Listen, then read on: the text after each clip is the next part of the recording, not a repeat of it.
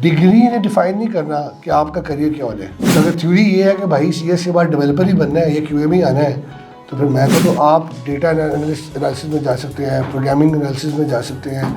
आप यही वेट करिए ना कि जो डिग्री वाला काम मिलेगा तो भाई हम सोचेंगे, नहीं तो बेरोजगार तो हम बैठे हैं। आमतौर पर गुलाब की कली जो है वो 20 रुपये की मिलती है, वैलेंटाइन डे पे 500 की भी सेल होती है। जब आप कंपनी की मजबूरी होंगे तो फिर आप अपने हिसाब से खेलें। पूरी डिग्री के एफर्ट के बाद अनफॉर्चुनेटली हम इतनी बेसिक मिस्टेक्स करते हैं when we have to present our self, ठीक है, कि इवेंचुअली उसी एक पॉइंट के ऊपर आपके पूरी 4 साल की एफर्ट जाती रहती है, ठीक है। तो आज देखते हैं कि कहाँ पे किस तरह से कहानी होती है। तो make your mind to ask as many as questions you can ask, ठीक है। अदरवाइज मैं तो आप लोगों से पूछते ही रहूँगा साथ साथ, सही है।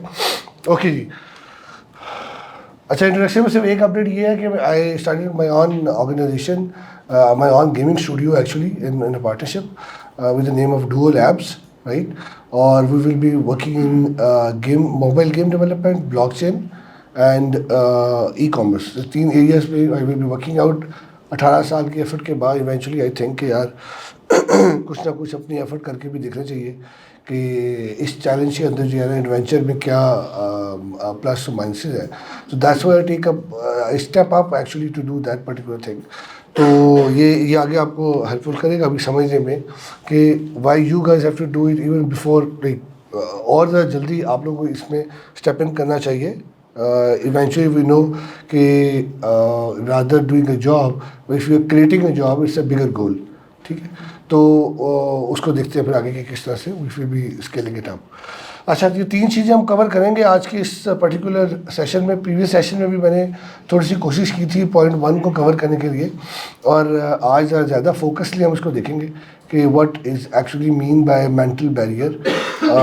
हम किस तरह से इसमें ना चाहते भी अपने आप को टाई अप कर लेते हैं उस तरह की सिचुएशन में जहाँ में हम स्टेप अप नहीं हो सकते और प्रोग्रेसिवली अगला कदम नहीं ले पाते, ठीक है।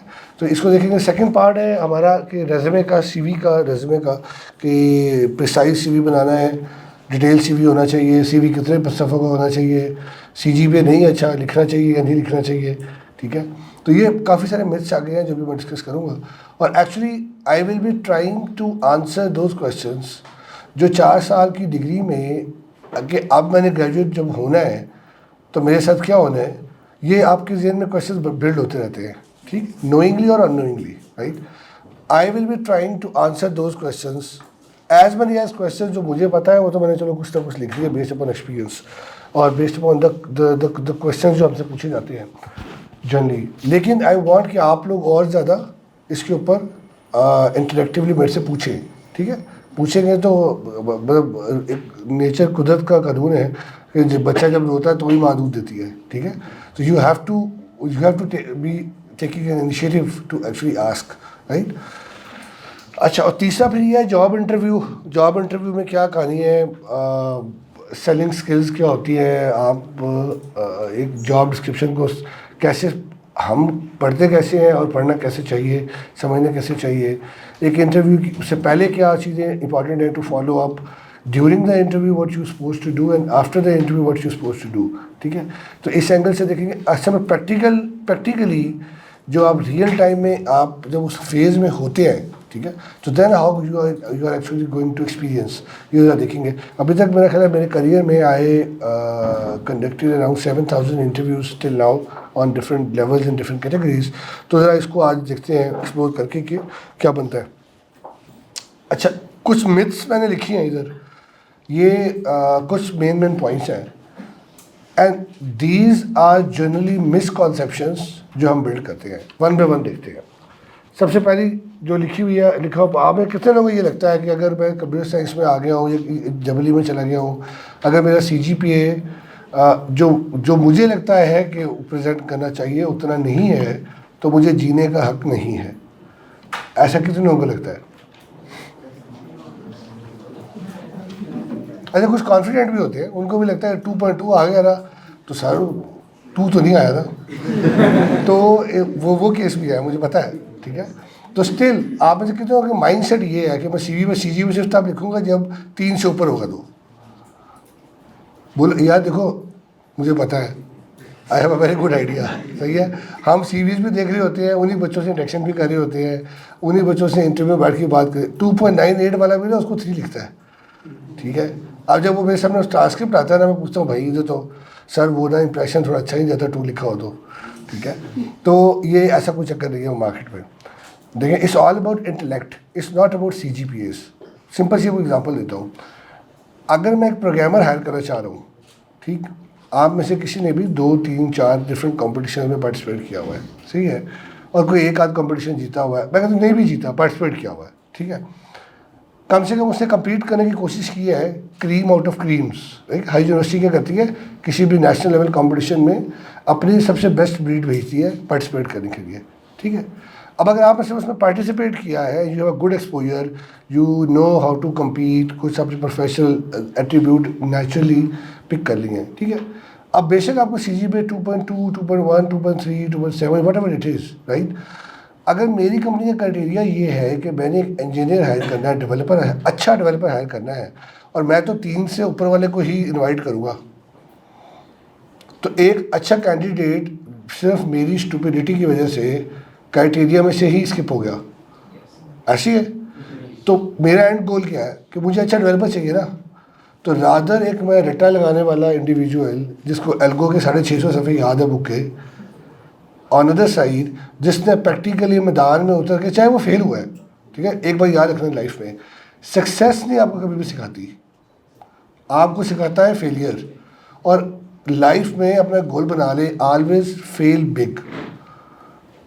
वो कहता है ना कि यार अगर मैं कभी चोरी करूँ ना, डाका मारूँ, मैं 2-2.5 हज़ार नहीं चोरी करूँगा, मैं को 40-50 मिलियन डॉलर की कोई कोशिश करूँगा कि मेरा नाम तो बने, ठीक है। तो इवन अगर आपने फेल भी हो तो always hit like in the bigger goal, right. अब अगर आप गिरेंगे भी ना, तो कम से कम ग्राउंड फ्लोर पे नहीं आएंगे, 3, 4, 5, 7 पे अटक ही जाएंगे, ठीक है। शुरू ही दूसरे फ्लोर से करेंगे तो क्या बनेगा फिर, सही है। इसलिए you need to understand this thing कि intellectual ability is the game, presenting your, देखिए CGPA इज़ 1 फैक्टर, सही है। रेस्ट ऑफ द फैक्टर्स, हमारा मसला क्या होता है, हम एक फैक्टर के चक्कर में बाकी सारे फैक्टर्स के ऊपर किसी में भी वर्किंग नहीं करते हैं। इवेंचुअली ये फैक्टर हाथ में नहीं है, बाकी काम ही नहीं किया, तो you are nowhere actually, ठीक है। पहली बात तो ये कि CGPA doesn't matter. Second, for CS students if not a good programmer I can not have a career in CS। ये भी बड़ा मसला है कि जी अगर मैं डेवलपमेंट अच्छी नहीं है, बाय डिज़ाइन हम ये एक्सपेक्ट करते हैं कि अगर हम कोडर प्रोग्रामिंग में आ गए हैं तो अब कोडिंग अच्छी होगी तो ही इस डिग्री का फ़ायदा है, नहीं तो यार गलती हो गया, दूसरी गलती हो गई है, पहली पैदा हो गई और दूसरी यूनिवर्सिटी में आके, डिग्री में आके, ठीक है।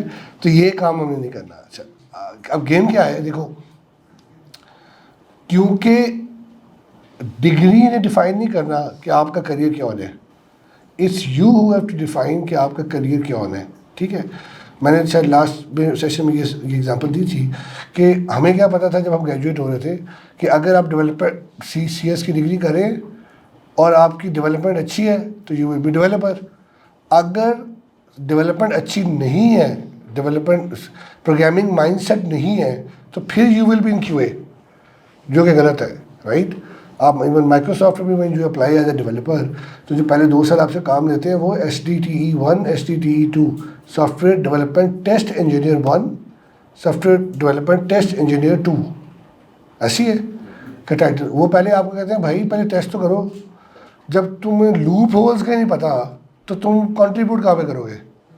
तो you have to go through the QA mindset even if you are good in your development mindset, ठीक है। तो पहली दूसरी बात, और डेवलपर अगर नहीं कोडिंग अच्छी तो फिर QA, और कहीं 5, 7, 8 साल के बाद project management, technical and non technical. तो बेसिकली ये करियर ट्रैक होते थे जो हमें पता थे जब हम ग्रेजुएट हो रहे थे। अच्छा, अब जिस ट्रैक्स जिनमें आप में से किसी ने लिंक्डइन की मेरी प्रोफाइल देखी हो, ठीक है, और अगर कुछ याद हो आपको, तो मेरा करियर ट्रैक क्या रहा, programmer analyst, game analyst, system business analyst, solution engineer, recruiting program manager, associate project manager, manager operations and HR, chief happiness officer and then now CEO। ये सारे टाइटल में से ग्रेजुएट होने तक मैंने कोई टाइटल नहीं सुना हुआ था, ठीक है। तो अगर थ्योरी ये है कि भाई CS के बाद डेवलपर ही बनना है, ये QA में ही आना है, तो फिर मैं तो I waste my degree and all that. तो it's not degree who define you, right, it's about one that skill जहाँ पे आपको आप अपने आप से रिलेट कर सकते हैं। मैं एनालिसिस में अच्छा हूँ तो आप डेटा एनालिसिस में जा सकते हैं, प्रोग्रामिंग एनालिसिस में जा सकते हैं। आप R&D में अच्छे हैं, 50,000 ऑप्शन आपके पास रिसर्च की साइड पे है, राइट। आप बिग डेटा की रिसर्च की साइड पे जा सकते हैं, साइबर सिक्योरिटी की रिसर्च में जा सकते हैं, ठीक है, एम्बेडेड की रिसर्च में जा सकते, if you have a research aptitude, ठीक है। तो it's about that skill, it's not about कि यार आप डिग्री में तो अगर वो CS, जैसे मैंने शायद क्लास में बताया होगा कि EE में आई नो 1000 सच पीपल जिनके पास जॉब नहीं है, ठीक है। और ऑन अदर साइड पूरे पाकिस्तान में एक अच्छा पंचर लगाने वाला मुझे बताएं इंजीनियरिंग स्टैंड पॉइंट से, ठीक है। तो फिर क्या मसला है, सब ने STO लगना है, यही वेट कर रहे हैं ना कि जो डिग्री वाला काम मिलेगा तो भाई हम सोचेंगे, नहीं तो बेरोजगार तो हम बैठे ही हैं, ठीक है। और सारे STO लगने के चक्कर में और बिजली वैसे नहीं आ रही, ठीक है, तो फिर बैठे रहेंगे ना वो unfortunately. We study 40 to 48 subjects. अच्छा, ये बड़ा इंटरेस्टिंग पॉइंट है।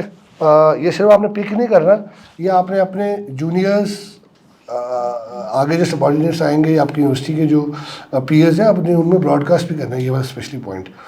देखें CS के कोर सब्जेक्ट्स कौन कौन से हैं और कितने हैं, कभी सोचा है? Intro to intro to programming, OOP, data structures, algo, automata और डेटाबेस, OS, राइट। ये 6-7 हैं जो आपके कोर सब्जेक्ट है, कोर, बाकी सब इसके ऊपर है, ठीक है ना। अब एक सेमेस्टर में आप मैक्सिमम कितने सब्जेक्ट पढ़ते हो? जनरली 5 से 6 सब्जेक्ट मैक्सिमम पढ़ते हैं, ठीक है। अब पहला चैलेंज तो ये है भाई मेरे कि हम इन 5-6 सब्जेक्ट्स के अलावा बाकी सब्जेक्ट्स को एज अ फील्ड स्टडी ही नहीं करते, हम उन्हें लेते हैं subject for the sake of subject, सही है। मैं एग्जांपल देता हूँ। जनरली हम जब CS की डिग्री करके किसी टेक्स जॉब के लिए पहली कोशिश आज भी लोगों की क्या होती है, या किसी तरह से अफसर लग जाए गवर्नमेंट में, कुछ 17वें स्केल की नौकरी को 18वें की मिल गई, अमर हो गई, कन्फर्म जनती, ठीक है, ऐसी है ना। तो अब ये आप देखें, ये हमारे इसमें हमारा कसूर नहीं है, हमारे पेरेंट्स का माइंड सेट ऐसे, वो सक्सेसफुल तभी समझेंगे वंस यू आर अफसर, सही है। उससे 10 गुना सैलरी कमा रहे हो, इंजीनियरिंग की जॉब। अब मेरे वाले साहब रात, अभी कल रात की बात है, I went home around 2 AM, 2:30 AM, ठीक है। अब अपने काम में आपके ना आने का टाइम है ना जाने का टाइम है, ठीक है। वो मुझे पहली बार कहते हैं यार आमतौर पर ना ये 10 बजे तक तो दुकानें और स्टोर बंद हो जाते हैं, ठीक है, ऑफिस 6-7 बजे बंद हो जाते हैं। अब उनका बैंकिंग का एक्सपोजर रहा है, ठीक है। ये 10 बजे के बाद ना या सैन खुले होते हैं या स्नूकर क्लब खुले होते हैं, तो बेटा तू कहाँ से आ रहा है? ये अभी 18 साल का करियर गुजारने के बाद भी उनका माइंडसेट यही है कि भाई एक जॉब किसी जगह पर नौकरी कर रहे हैं ना, 6 बजे के बाद नौकरी नहीं होती है, सही है।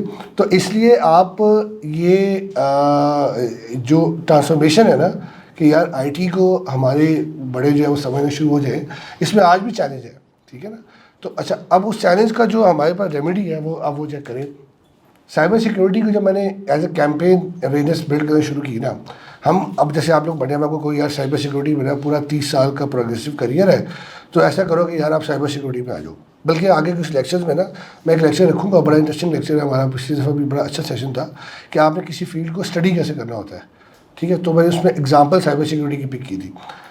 अब वो बच्चे कहते हैं यार सर फैसिनेशन तो बड़ी है, आपने हमें कन्विंस भी कर लिया, ठीक है, हमने करना क्या है, ये हमारी डिग्री से कैसे रिलेट होता है ये हमें बता, सही है। तो हमने तो सब्जेक्ट पढ़ा ही नहीं, आपसे सुना है जो सुना है 7वें 8वें सेमेस्टर में आके, ठीक है। अच्छा, मैं दूसरी तरफ पूछता हूँ यार सिस्टम प्रोग्रामिंग पढ़ी है? आप कहते हैं हाँ सर वो सब्जेक्ट तो पढ़ा है। अच्छा, साइबर सिक्योरिटी की जो बेस है ना उसमें 2 चीज़ें रिक्वायर हैं, C language in Linux environment, अगर आप डेवलपमेंट या R&D में जाना चाहते हैं तो, ठीक है। साइबर सिक्योरिटी की सिस्टम प्रोग्रामिंग में 2 ही चीज़ें पढ़ते हैं, C इन लाइनक्स एनवायरनमेंट। अब मैं डायरेक्टली पूछूँ कि साइबर सिक्योरिटी से रेलिवेंट कुछ पढ़ा है, आपने नहीं पढ़ा हुआ, लेकिन सिस्टम प्रोग्रामिंग पढ़ी है, हाँ वो पढ़ी है, उसमें किया गया C और लाइनक्स। तो ये why you on yourself can not connect it as a field, क्योंकि हमने कभी ये सोचा ही नहीं ना कि यार इसमें भी प्रोग्रेसिव करियर ले सकते भाई। IT के लिए वो 6 सब्जेक्ट्स ही फॉलो करना जरूरी नहीं है, ठीक है। पहली दूसरी एग्जांपल, स्टैटिस्टिक्स, प्रोबेबिलिटी स्टैटिस्टिक्स आपने पढ़ी होगी, उसकी मीक्स एंड मीक्स की, है ना। फिर आपने फाइनेंशियल मैनेजमेंट पढ़ी होगी, फिर आपने डिस्क्रीट मैथमेटिक्स पढ़ी होगी, फिर आपने लीनियर अलजेब्रा पढ़ा होगा, है ना, 2 बल्कि उसके वो पढ़े होंगे एडवांस भी। ये 3-4 कोर्सेज अगर आपने पढ़े हैं ना, पाकिस्तान के आप किसी भी अच्छे बैंक में आप जनरल बैंकिंग से लेके रिस्क मैनेजमेंट तक की प्रॉपर 17 स्केल की जो MT होते हैं कि जॉब आप सिक्योर कर सकते हैं। कोई ज़रूरत नहीं आपको वहाँ जाके प्रोग्रामिंग करने की, प्रोग्रामिंग बताने की, जी मैं प्रोग्रामर ही हूँ, ऐसे मैं पैदा होया, ठीक है। Again we study them as a subject, not as a field, ठीक है। लास्ट एग्जाम्पल आपको देता हूँ, साइकोलॉजी पढ़ी हुई इलेक्टिव है, सबसे सिंपल।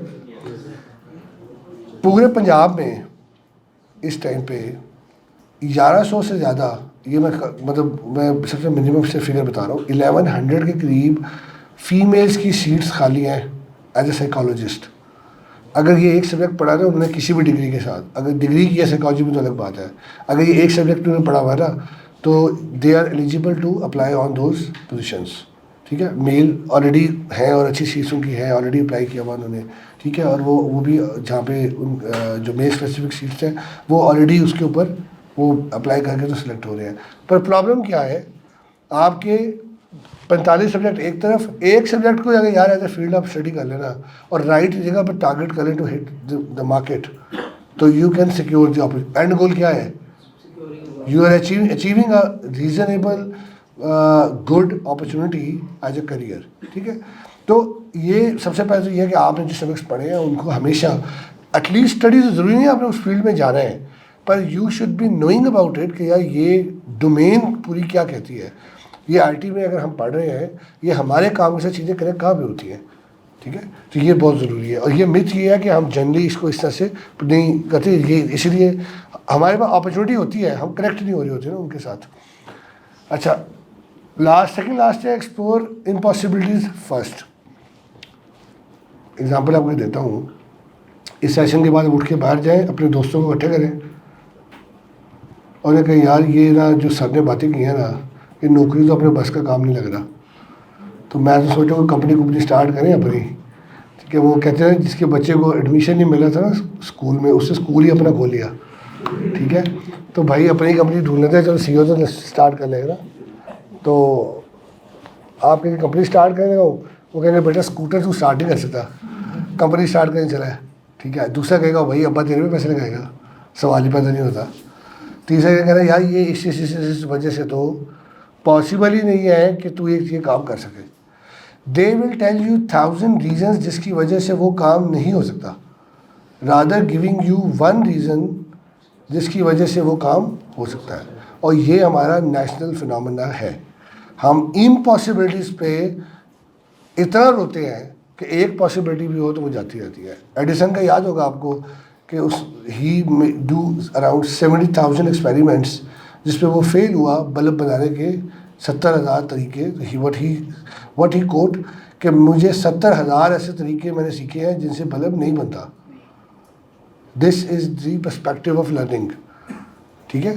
तो always be finding out the possibility first, not talking about impossibility first. आप कभी देखिएगा कि वो हम कभी इकट्ठे हुए ना सारे घर में एज ए फैमिली, और किसी का मैं ट्रैवल करना सबने इकट्ठे, तो जनरली पता क्या वाइब बिल्ड होगी कि यार वो अच्छे सारे ऐसे भी नहीं बैठ सकते, ऐसे भी इकट्ठे नहीं जा सकते, ऐसे थ्रू भी जा सकते, ये ऐसे भी कम्युनिकेट नहीं कर, बजाय वही सीधी तरह सोचो कि किस तरह से हम जा सकते हैं। अगर वो 2 की जगह 4 रिक्शे लग रहे हैं यार, तो आपने एंड पे भी 4 में ही जाना है, ठीक है। तो पहले टाइम ज़ाया करने की जरूरत नहीं, ये सोचिए कि क्या क्या नहीं हो सकता, ठीक है। That's national phenomena. Not enough job exist. आपके ख्याल में अगर बाई डोंट नो, मुझे याद है लास्ट सेशन में कितने सॉफ्टवेयर हाउसेज रजिस्टर्ड होंगे इस वक्त, अनरजिस्टर्ड तो छोड़ दें, जो रजिस्टर्ड है आपके ख्याल में गवर्नमेंट की किसी भी बॉडी के साथ, लाहौर में कितने सॉफ्टवेयर हाउसेज होंगे? ये 1 क्वार्टर में मैंने बताए थे लास्ट टाइम, आपने पूरी इन्फॉर्मेशन ही पिक की। 7 से 8,000, हाँ almost. In total 17,000 software houses are registered globally through Pakistan with Pasha and PSEB, ठीक है। दोनों अथॉरिटीज़ हैं, आप इनको एक्सप्लोर कीजिएगा। PSEB Pakistan software export bureau, हमारी जो भी नेशनल लेवल पे एक्सपोर्ट की जितने इनिशिएटिव्स हैं ना सॉफ्टवेयर के, वो इस प्लेटफॉर्म के थ्रू होते हैं, ठीक है। और दूसरा है Pasha, Pakistan P@SHA, Pakistan software houses association. इनको आपने स्टडी ज़रूर करना है for your on knowledge and understanding, कि जब पाकिस्तान नेशनल लेवल पे कोई चीज़ इम्प्लीमेंट होती है या आप किसी दूसरे मुल्क के साथ इंटरेक्ट करते हैं, तो किसी दूसरे कंट्री ने अगर आना है तो उसको कोई ना कोई चैनलाइजेशन तो चाहिए ना आपकी कंट्री से कम्युनिकेट करने के लिए। तो ये बिगर पिक्चर में चीज़ें कैसे होती हैं, तो it's important to understand this thing, right. अच्छा, ये आप में से किसी एग्जाम्पल में पढ़ी, मैं शायद सर्कस की एग्जाम्पल लास्ट टाइम दी हो, this is what I mention, stepping up, ठीक है। वो एलिफेंट जिसको एज अ बेबी एलिफेंट हल्की सी रस्सी से बांध के रखते हैं ना, बेचारा कोशिश तो करता रहता है तोड़ने की और नहीं छुड़ा सकता, उसका ये बिलीव सिस्टम बना, बिलीव बैठना शुरू हो जाता है कि ये काम मैं नहीं कर सकता, ठीक है। इवेंचुअली व्हाट हैपन, वो बेचारा वो हाथी बन जाता है जो हम आज हाथी देखते हैं, पर उसके दिमाग में बैठा रहता है ये रस्सी मैं नहीं तोड़ सकता। और अगर अब वो एक दफ़ा दोबारा स्टेप अप होना तो वो सारी सर्कस साथ ले जाए, पर वो एफर्ट नहीं करता, ठीक है। Believe system is such a strong power. अभी मैं कल क्रिस्टियानो रोनाल्डो की एक वो सुनना था क्लिप था, उसमें से पूछते हैं कि one such advice based upon your whole career you want to give to youth and what is that. तो उसने कहा believe yourself, believe system, right. अगर आपने ही बिलीव नहीं करना तो तानू यकीन नहीं कि तुम बच जाना है, तो डॉक्टर तो मेक श्योर करेगा कि आप ना बचें, ठीक है ना। तो ये start this whole thing start with believe. आपको एक काफ़ी मोटिवेशन वीडियो थी, विवेक बिंद्रा एक स्पीकर है इंडिया का, ठीक है, आपको अच्छा नॉलेज जहाँ से भी मिले you should pick it up. तो अरुणिमा सहना एक एथलीट है, आई डोंट नो आप में से किसी को जनरल नॉलेज में हो शौक। उस बंदी शी इज़ हैंडीकैप्ड गर्ल, उसकी दोनों टांगें कट गई थी एक ट्रेन एक्सीडेंट में, पता है, देखी हुई है। व्हाट हैपन देन, उसने ये सब सोच लिया कि यार मेरी ज़िंदगी में अल्लाह ने बचाया रहा है तो कोई हिस्टोरिक कहानी करने के लिए मुझे बचाया अब, ठीक है। इवेंचुअली दुनिया की 14 में से 8,000 फीट से ऊपर की बुलंदी की, मीटर से ऊपर की बुलंदी की जो चोटियाँ हैं वो ऑलरेडी सर कर चुकी हुई है, जिसकी दोनों टांगें नहीं है, ठीक है। हमें इन टांगों के साथ चौथी दफ़ा अरफा टावर जाना पड़ता है ना नौकरी के लिए, तो हमें तकलीफ होती है। सही है, it's all about belief system, भाई सारा कुछ है, पर वो कोशिश आप पहला स्टेप आपने टेकअप करना है, you need to believe it there is something in Pakistan, right, and then things are there for you, right. अच्छा, इसमें दो इम्पॉर्टेंट फैक्टर है। हमारा आज का पूरा सेशन जो है प्राइमरीली आपकी प्रॉब्लम सॉल्विंग और कॉमन सेंस के इर्द गिर्द घूमेगा, ठीक है। और यही मैं I will try to make you realize कि आप लोगों ने सेन हाजिर दिमागी जिसे कहते हैं ना, सेन डिसीजन मेकिंग को किस तरह से रियलाइज़ करना कि क्या होता है। मतलब पूरी लाइफ में whatever you are going to do, आपने सोचा यार कि यार आज क्लास ही लेनी, आज ना बंक करते हैं और मूवी देखने चलते हैं। यूनिवर्सिटी में क्लासेस में आप बड़े आराम, जो हॉस्टलाइट है ना स्पेशली, वो मेरी बात से सहमत होंगे अच्छी तरह से। हफ्ता पहले प्लान शुरू होता है, तूने प्रॉक्सी लगानी है, तूने टिकट लेके आनी है, ये डेडलाइन है, इस टाइम पे फलाना बंदा क्लास से निकलेगा, इतने बजे ये निकलेगा, इधर हम इकट्ठे होंगे और इतने से बजे से पहले वहाँ पहुँचना है। ऐसा होता है नहीं होता, रियलिस्टिकली स्पीकिंग होता है ना। अब इस सारे चक्कर में अगर ऐसा कभी हुआ है आपने ये सिर्फ एक दफ़ा सोचा और वो आइडियली एग्जीक्यूट हो गया हो, ठीक है, वो सो के नहीं उठता हॉस्टल से जिसका अलार्म बंद हुआ होता है, ठीक है, एक बंदा दरम्यान से गायब होता है, पूरा सिस्टम पूरा प्लान ही फेल हो जाएगा आपका, सही है। तो व्हाट यू एक्चुअली डू, अब कर क्या रहे हैं इस पूरे फेज़ में, आप अपने थॉट प्रोसेस को बार बार वो काम करने के लिए प्रैक्टिस करते हैं, ट्रेन करते हैं, राइट। और हर स्टेप पे आप ये इम्पैक्ट एनालिसिस करते हैं, यार इधर ये हुआ तो ये हो जाएगा, ऐसा हुआ तो ये हो जाएगा, ये बंदा काबू आया डीसी बैठ जाएगी, ये हुआ तो ये हो जाएगा, right. Eventually you will try to make a full proof plan, ठीक है। एग्जीक्यूट होता है, मूवी देखिए आगे सब्जेक्ट का फिर जो बना सो बना, ठीक है। इन द सेम वे आपने अपनी लाइफ में जो भी सबसे पहले to take any one step, हो नहीं सकता कि आप कोई थॉट प्रोसेस रन नहीं कर रहे और आप वो स्टेप ले रहे हैं, पहली बात। दूसरी बात, दिस इज इम्पॉसिबल कि जो स्टेप आप ले रहे हैं उसका इम्पैक्ट ना हो, सही है। इसलिए नेवर डिसीव योर सेल्फ, हमेशा एक्सेप्टेड, अगर अच्छा है तो भी एक्सेप्टेड कि हाँ ये यार you are credible for that, और अगर ये बुरा है तो भी एक्सेप्टेड, भाई ये आपने ही ये स्टेप लिया था, इसका जो नतीजा आपने भुगतना है, ठीक है। तो ये दो चीज़ें for the life they will be helping you out. अभी आगे हम देखते हैं कि ये थॉट प्रोसेस जब आप नहीं पूछते तो पंगा कहाँ पे आता है। एक कैंडिडेट ने हमें इस्लामाबाद से अप्लाई किया, 2 इंटरव्यू जूम पे हुए, 2 दफ़ा बेचारा लाहौर आया, he was exceptional candidate, recommend हो गया, हमने उसको जॉब ऑफ़र भेज दी। जॉब ऑफ़र भेजी, उसने कहा सर आई रियली सॉरी, मैं तो इस्लामाबाद से रीलोकेट नहीं हो सकता, मैं तो आपके इस्लामाबाद ऑफिस ज्वाइन करने के लिए तैयार हूँ। एंड गेस व्हाट, हमारा इस्लामाबाद में ऑफिस ही नहीं है। अगर पहले स्टेप में उसने टिकटॉक से 5 मिनट निकाल के हमारी वेबसाइट देखी होती तो उसे पता होता कि यार मैं तो इस्लामाबाद में नौकरी करना चाह रहा हूँ, इनका तो ऑफिस ही नहीं है, तो अपना भी टाइम बचाता, हमारा भी टाइम बचाता, और ये सारी जो एनर्जी वेस्ट की है वो भी अपना सेव करता, ठीक है। तो पहला स्टेप जो पहले होना चाहिए तो उसे नहीं किया। इट्स जस्ट लाइक कि मैं आपसे मूवीज़ के बारे में एक क्वेश्चन फिल कराऊँ, मूवीज़ की बात, जनरल नॉलेज के बारे में, और आखिरी क्वेश्चन ये हो कि क्या आप मूवीज़ देखते हैं, क्या होगा? जिसका जवाब आपने दिया हो नो। अंडरस्टैंड? जो पहला स्टेप है वो पहले ही होगा भाई। और बेसिक और एक बेसिक एग्जांपल दूँ इसकी आपको। What happen if you first wear shoes and then wear socks? Generally what happen, पहले सॉक्स पहनते फिर शूज़ पहनते हैं, ठीक है। तो रिमेंबर, लाइफ में जो पहला स्टेप है ना, आपके सोचने से वो पहला स्टेप चेंज नहीं हो रहा भाई, जो है वो है, you have to accept the reality. Different perspective, बड़ी सिंपल एग्जांपल मैंने पहले दी थी, सेब नीचे क्यों गिरता है ऊपर क्यों नहीं जाता? उससे पहले सेब कहाँ जाता था? नीचे गिरा था भाई। He is the guy who think from a different perspective and look how he what he found out. सही है। हमारा प्रॉब्लम ये है, हम सराउंडिंग से इंफॉर्मेशन पिक करते हैं, नॉलेज पिक करते हैं, उसी को अपना पैटर्न बना देते हैं सोचने का, ठीक है। तो नेवर अडॉप्ट दिस। अच्छा, 2 तरह के लोग आपको, आप ऐसे नेटवर्क्स का किसी को है शौक, नेटवर्किंग की डोमेन का, नेटवर्क्स का, सिस्को के राउटर शाउटर होते हैं, जुपिटर के हैं, बहुत डिफरेंट डोमेन्स हैं। अब एक अप्रोच जो पाकिस्तान में जनरली फॉलो होती है ना, वो होती है डब्बा अप्रोच, जिसे हम कहते हैं अपनी लैंग्वेज में डब्बा अप्रोच। डब्बा अप्रोच ये है कि यार मैं उतना ही अच्छा इंजीनियर हूँ जितनी स्ट्रेंथ इस डब्बे की है, जो वो एक्शन कर रहा है, काम कर रहा है, वही मुझे आते हैं, वही मैं आउटकम आपको मैनेज करके दूंगा। पर जहाँ पे इसकी कंस्ट्रेंट है ना, उधर मेरी कंस्ट्रेंट भी शुरू हो जाती है, ठीक है। That is like you are following a डब्बा, वो डब्बा आपके हिसाब से नहीं चल रहा, यू आर फॉलोइंग जैसे वो आपको चला रहा है, ठीक है।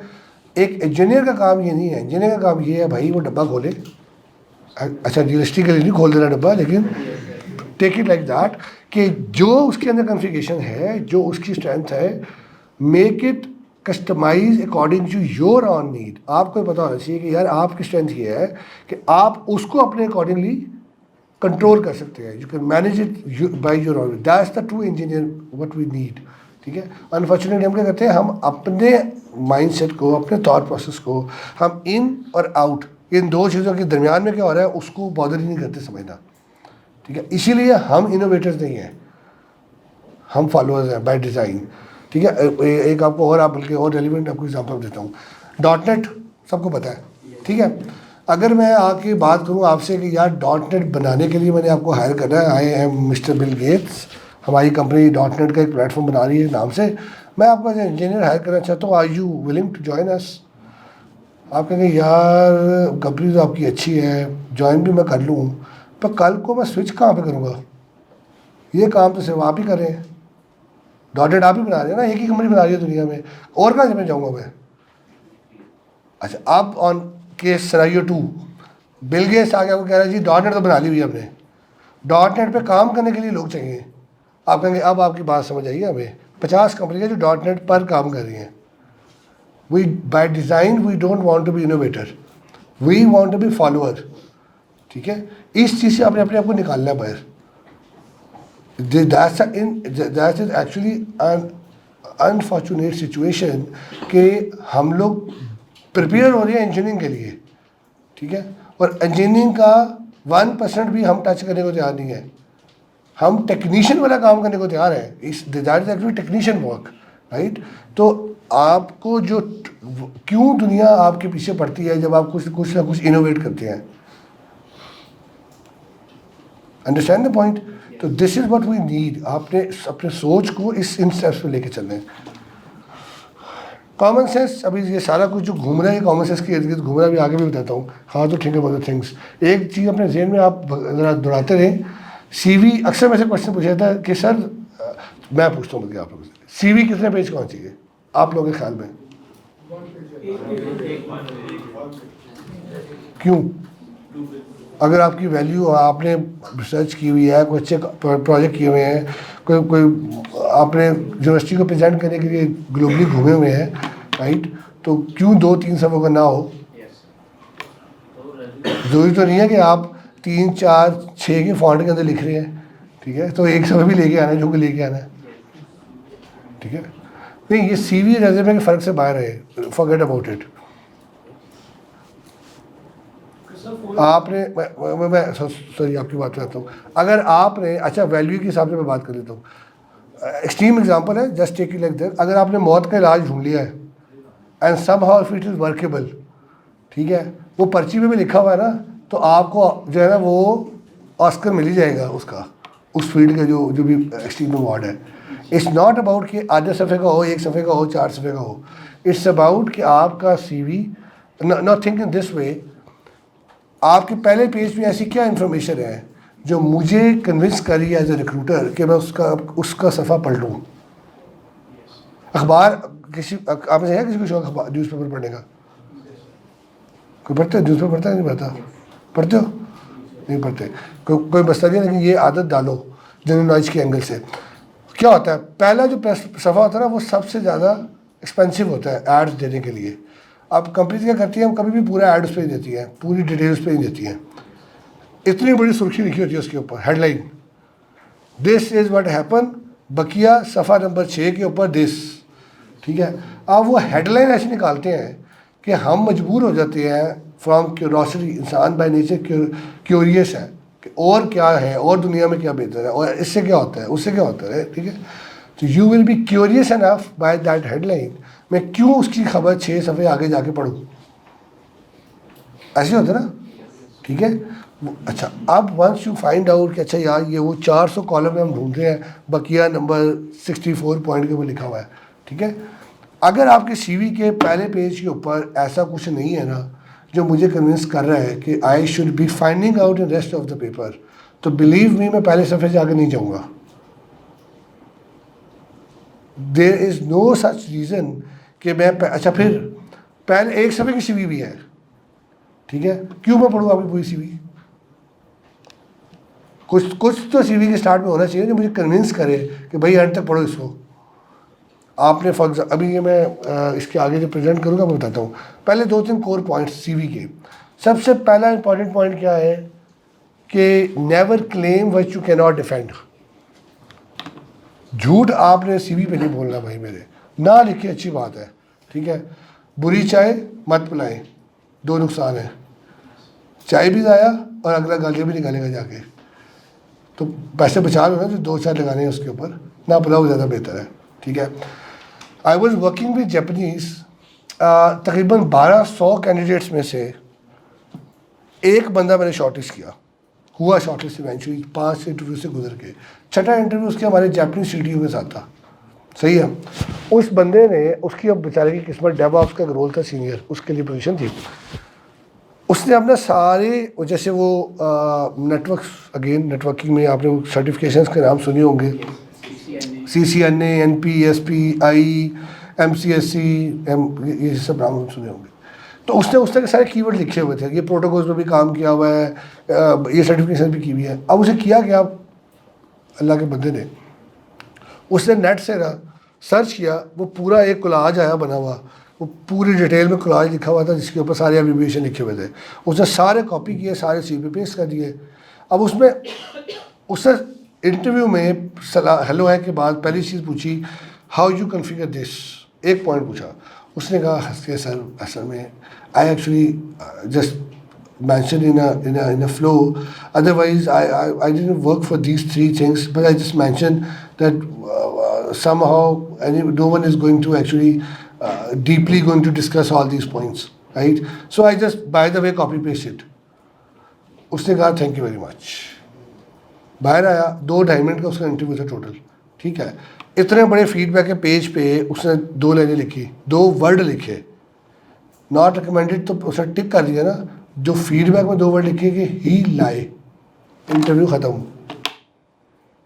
ठीक है कि अगर ये बायदा में इतना कैजुअली झूठ बोल रहा है ना, तो ये कल को ये मैं आपको ये क्यों as a Japan as a nation why we try to make them idealize them, कुछ रीजंस हैं, ठीक है। उसने आप देख रहे हैं 1200 बंदों में से वो एक शॉर्टलिस्ट हुआ था। He didn't give a dam care about it कि क्या एफर्ट किया करके आपने वो बंदा एक कैंडिडेट निकाला है। All he know is needed कि भाई जो इसने लिखा है ना सीवी पे, अगर वो ये कह रहा है कि ये मैंने झूठ लिखा है, वो क्या काम तो नहीं किया हुआ पर मैं डिफेंड नहीं कर पाया, मैंने लिख दिया है, एम ही लिख दिया कि कौन सा कोई पढ़ेगा।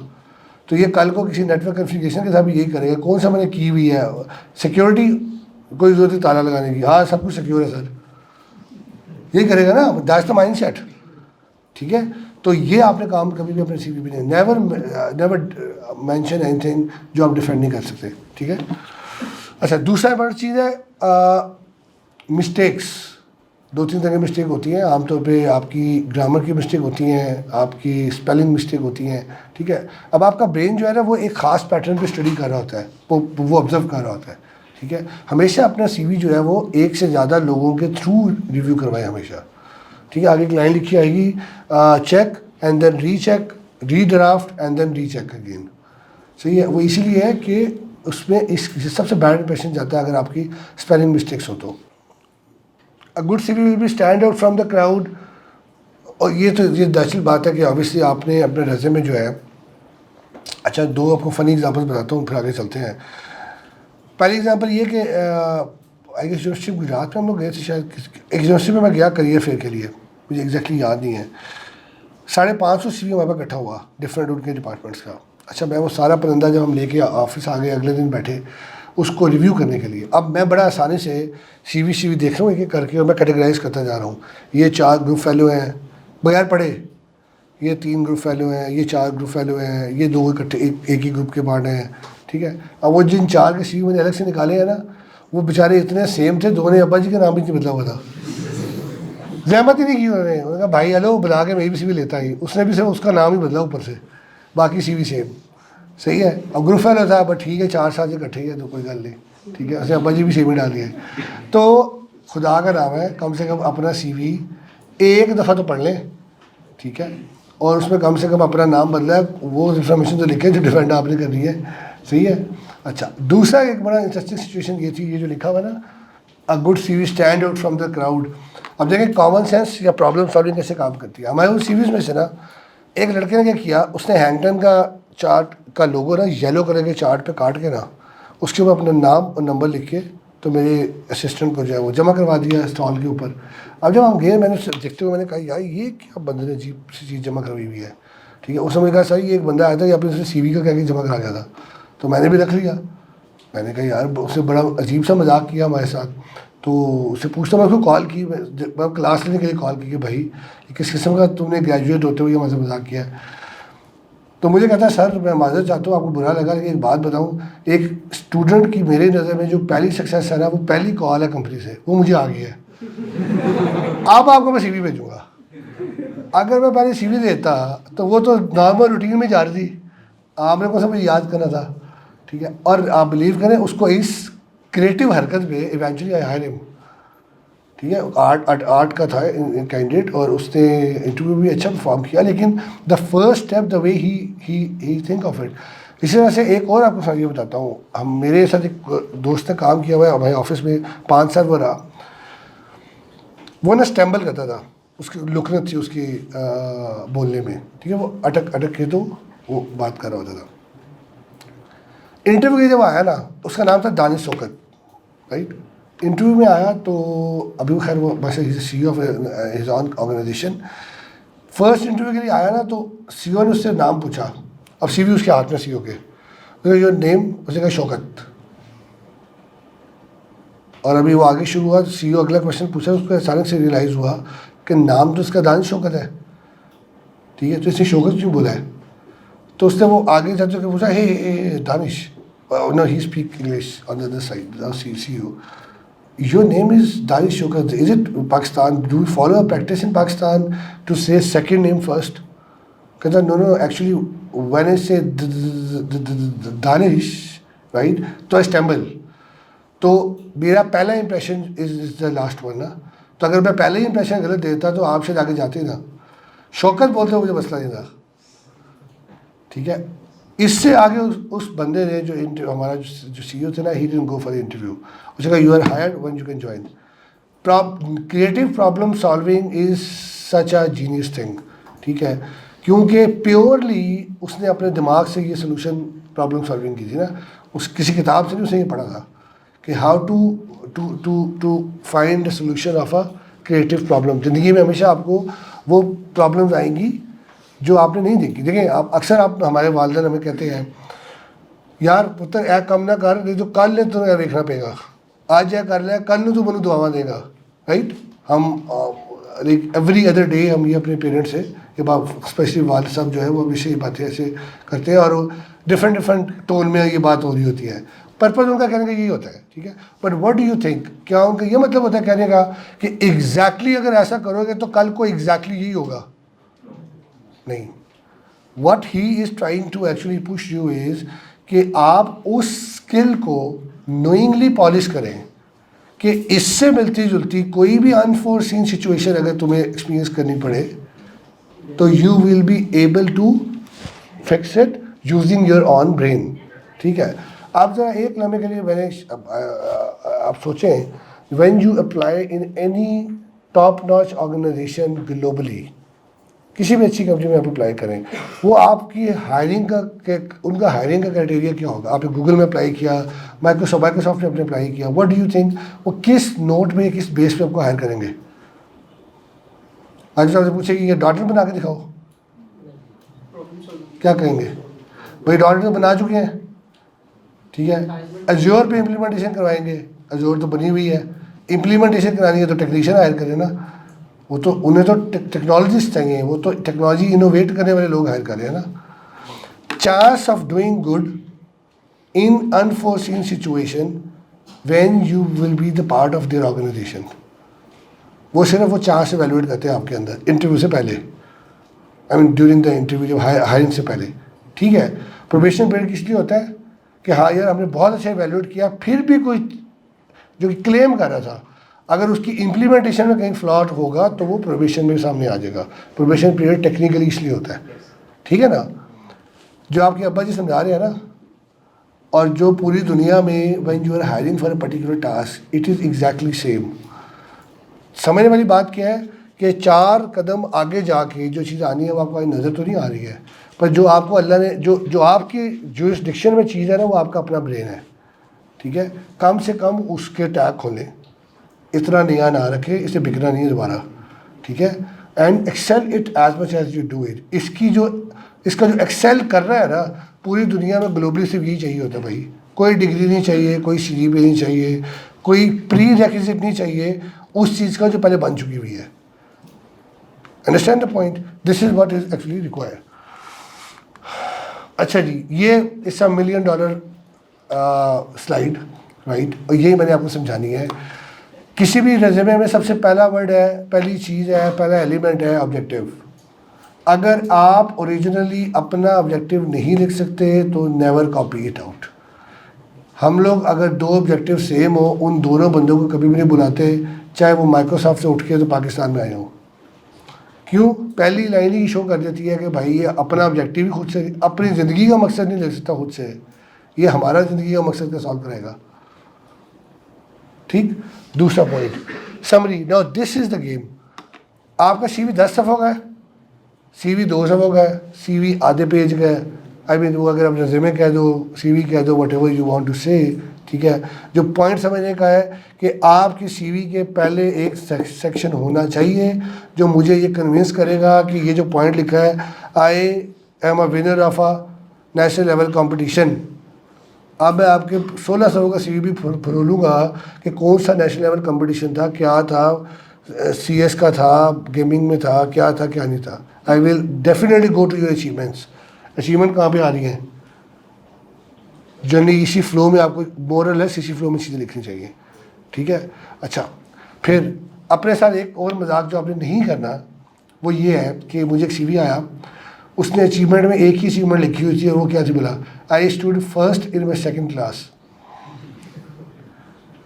ग्रेजुएशन के बाद ये भाई साहब अपनी अचीवमेंट डिक्लेयर कर रहे हैं और मैंने उसको सिर्फ इसके लिए बुलाया कि ये क्या लिखा है, और वो फिर भी पूरा कॉन्फिडेंस कहता सर अचीवमेंट ही एक है ज़िंदगी में, क्या लिखे और सही है। तो value of whatever you are mentioning you should be able to justify that कि जो मैं लिख रहा हूँ वो उससे वर्दी भी है जहाँ पे प्रेजेंट कर रहा हूँ, ठीक है। और अगर नहीं है, ज़रूरी नहीं है इसमें से कोई चीज़ अगर नहीं है तो आपने ज़रूर लिख रही है, ठीक है। डोंट सर मेरा यहाँ पे क्वेश्चन है कि आपने कहा कि आपने जो चीज़ की हुई है, सॉरी सर, आपने कहा जो चीज़ की हुई है, जो चीज़ आपने अचीव की हुई है वो आपने लिखनी है। तो मोस्ट ऑफ द स्टूडेंट्स हम लोग लाइक स्पीच कंपटीशन होता है, कुछ और कंपटीशन होते हैं तो उसमें हम लोग पार्टिसिपेट करते हैं जो हाँ। हमारे फील्ड के रेलेवेंट नहीं होती, हाँ ठीक है, उनको हम लोग इसमें लिख सकते हैं। बिल्कुल यस। आप एक्सपीरियंस में भी लिख सकते हैं, आप अचीवमेंट में भी लिख सकते हैं। देखो सबसे देखो जहाँ पे भी आप आउटशाइन ऑड वन आउट हो रहे हो ना कुछ आपका एक्स फैक्टर बिल्ड हो रहा है। एक्स फैक्टर मीन कि जो बाकी रूटीन में नहीं लोग कर रहे, ठीक है। बाकी भी 50 बंदों की क्लास में से 2 ही बंदे जा रहे होंगे ना कंपटीशन में, 10 बंदे जा रहे होंगे, 4 लोग जा रहे होंगे, 50 के 50 तो नहीं जा रहे, सेकंड लास्ट आ रहे हो उस कंपटीशन में, गए तो ना भाई। पूरी क्लास समोसे, चाट और दही भल्ले बोतलें बीरी है, पर उनमें से एक बंदा उठ के अरफा टावर आके सिर्फ इन्फॉर्मेशन देने के लिए आता है, ठीक है। जब वो वापस अगले दिन जा के क्लास में बैठा है ना तो वो उन सब की तरह सेम नहीं है। Understand the point is not. अच्छा, कोई चीज़ जो आप अचीव कर चुके हो वो आप अचीवमेंट में ज़रूर लिखें, राइट। आप कोई चीज़ इन दैट फेज अगर चल रही है आप वो एक्सपीरियंस में लिख सकते हैं, ठीक है।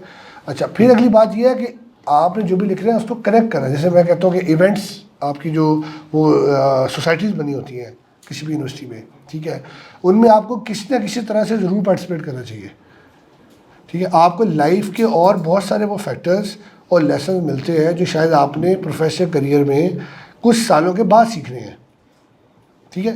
इंसान कभी भी किसी एक फैक्टर की वजह से आगे नहीं जाता, ठीक है। It's always about a package. वो उसे जैसे शायद रियलाइजेशन यही हो मैं कोडर बहुत अच्छा हूँ, ठीक है। अगर वो कोडर बेचारा गूंगा है वो कभी भी क्लाइंट को प्रेजेंट नहीं हो सकेगा, वो डिपेंडेंट होगा ना किसी न किसी और बंदे पे कि वो अपने काम को आगे बता सके उसने क्या इम्प्लीमेंट किया है, ठीक है। तो it's always a package, it's not just one part of the life जो कि आपको आगे लेके जाता है, ठीक है।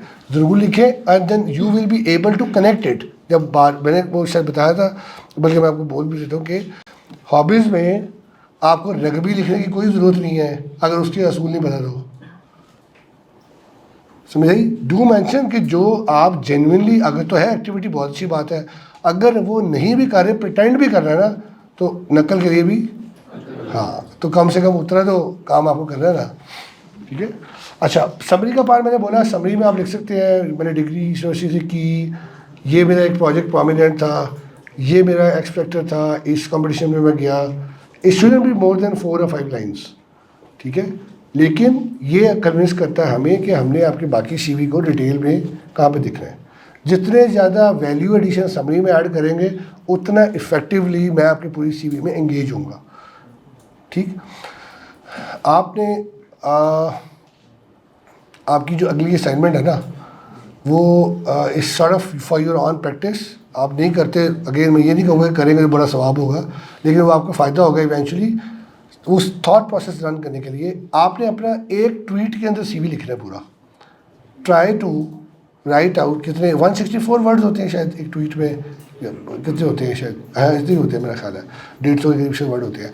इसमें आपने अपना पूरा CV प्रेजेंट करने की कोशिश करनी है कि if you have to communicate in one tweet how to present your information in this way कि वो मैक्सिमम लेस, कम से कम वर्ड यूज़ करके मैक्सिमम आप इंफॉर्मेशन फ्लो बता रहे हो, ठीक है। That's the reason why you need to do.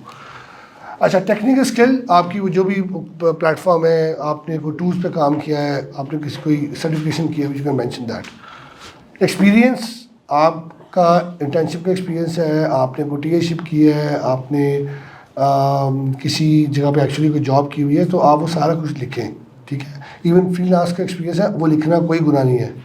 It's all about कि आपने अगली कंपनी की कमिटमेंट उन रिस्पेक्ट करनी है उनके रूल्स एंड रेगुलेशन की, ठीक है। अगर कंपनी कहती है भाई आपको हमारे ऑफिस टाइम के पहली सबसे पहले कंपनी की चाह रही होगी भाई 24 घंटे में आपने सिर्फ हमारी नौकरी करनी है और किसी जगह पर काम नहीं करना, ठीक है। ये आपको बहुत थोड़ी कंपनियाँ होगी जो मिलेंगी ये बात कहेंगी, सही है। क्लियरली उनको बोले कि जी ऑफिस टाइम के बाद का तो मेरा टाइम है, ठीक। और जो हमारी इन्फ्लेशन और इकोनॉमिकल सिचुएशन है, मेरे ख्याल में I logically have to do more than something जो मैं ऑलरेडी कर रहा हूँ to cop up with my all the needs, सही है। और अगर किसी को समझ नहीं आती है तो मेरा ख्याल है कि फिर और अगर आप वो फ्रीलांसिंग नहीं छोड़ सकते तो फिर make it very clear to them कि थैंक यू वेरी मच, बजाय बाद में आप मेरे साथ जो है ना वो टकरे मुझे मारे। मैं पहले ही आपको बताता हूँ भाई ये आपके एंड में मसला है, मेरे एंड में मसला नहीं है, ठीक। और वैसे भी लॉजिकली स्पीकिंग अगर आप फ्रीलांसिंग एक्स्ट्रा टाइम में अच्छी कर रहे हैं तो आप उन्हीं ऑफिस टाइम में अपना काम ज़्यादा भी कर सकते हैं, ठीक है। तो ये कंपनी, आप वीकर एंड पे नहीं है, कंपनी वीकर एंड पे है, रियलाइज इट। और फिर ये रियलाइजेशन आप कंपनीज को दिलवाएं ताकि हमारा ये कल्चर चेंज हो। ये जो आप देखें ना, कॉर्पोरेट एट वन साइड आपको पुश करता है कि और कोई काम नहीं करना दुनिया का, आपने हमारी नौकरी कर दी है। 2 साल के बाद कंपनी के हालात ख़राब होते हैं, वो आपसे शेयर करने की भी जहमत नहीं करते, ऐसे ही होता ना। I know couple of companies के जुम्मे को बिल्कुल ठीक ठाक एम्प्लॉयज़ घर गए हैं, मंडे को आए हैं, अटेंडेंस सिस्टम जो दरवाजे एंटर होता था ना उसमें से थंब एक्सक्लूड हुआ था और आपका जो फाइनल सेटलमेंट का चेक था ना वो गार्ड ने आपको दिया, थैंक यू वेरी मच, ऐसे जाओ वापस। क्यों?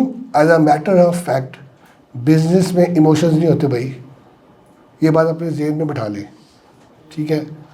आई have experience to fire 400 people as well तकरीबन 7 साल के अंदर। उसमें कई केसेस ऐसे थे जिनको मैंने कहा ज़रा कॉन्फ्रेंस रूम में आते हैं, उनकी 2 दिन पहले ना कंफर्मेशन ड्यू थी, उनकी प्रोबेशन पूरी हुई थी, उनको लगा मेरी कंफर्मेशन पूरी होने लगी है, ये मुझे परमानेंट करने लगे और मैं उनको फायर करने लगा था। अब आप एक माइंडसेट से जाए कॉन्फ्रेंस रूम के अंदर, हमें बुलाया गया, बड़ी मैंने मेहनत की है, रातें जाके काम किया है, बस अभी रिवार्ड मिलने लगा है। अब अगर बिजनेस की हालात डाउन है तो they will never care for it कि आपकी शादी हफ्ते के बाद या आपने स्पेंड करना है या अल्लाह ना करे कोई भी अप एंड डाउन है। There are no emotions in business, keep in your mind, ठीक है। इसलिए जहाँ पे आपको स्टेबिलिटी नज़र आती है उसके अकॉर्डिंगली डिसीजन मेकिंग करें, never be in fools paradise, ठीक है। अच्छा, एक्सपीरियंस एजुकेशन, जो आपकी एजुकेशन है अब मैट्रिक एफएससी और जो भी प्रोफेशनल डिग्री है वो ज़रूर लिखें। Technical projects, this is the most important, second most important point after summary section, ठीक है। और यहाँ पे आप लोग ज़्यादा मार खाते हैं। जिस क्या होता है 2.2 CGPA ग्रुप में एक बंदे का है, उसी ग्रुप में एक 4 CGPA वाला है, ठीक है। हम दोनों को नहीं बुलाते, भला क्यों? आपने खुद गौर किया होगा कि जब एक FYP होता है 3 से 4 लोगों का ग्रुप बन रहा होता है आमतौर पे, ठीक है, 2 से 4 इनफैक्ट। पाकिस्तान बल्कि कुरान अर्ज पे ऐसा कभी नहीं हुआ कि 2 अलग शहजादों ने कोडिंग की जिम्मेदारी लियो, अपने अपने घर में कोड कर रहे हैं और जब उन्होंने आके इंटीग्रेट किया है तो everything is working very well. मेरा पॉइंट समझ आया?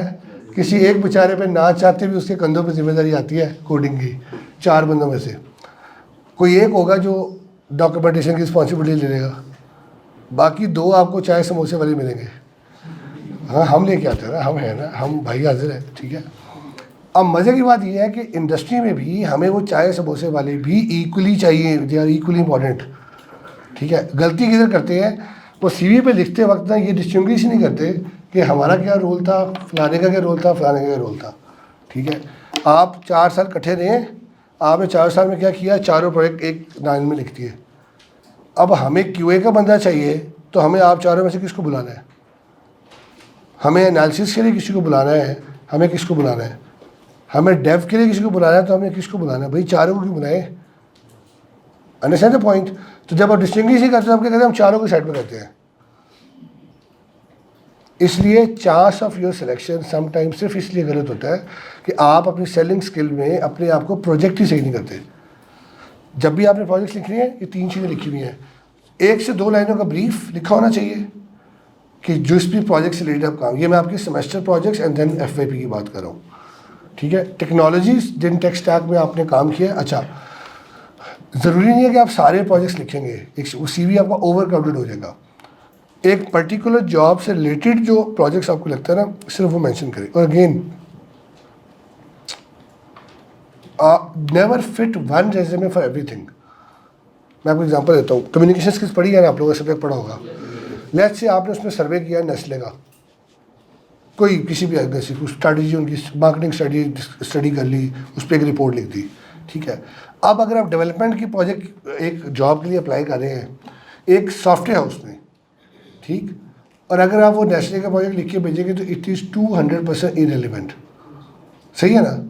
लेकिन थिंक फॉर अ सेकेंड, अगर आप नेस्ले में डेवलपर के लिए अप्लाई कर रहे हैं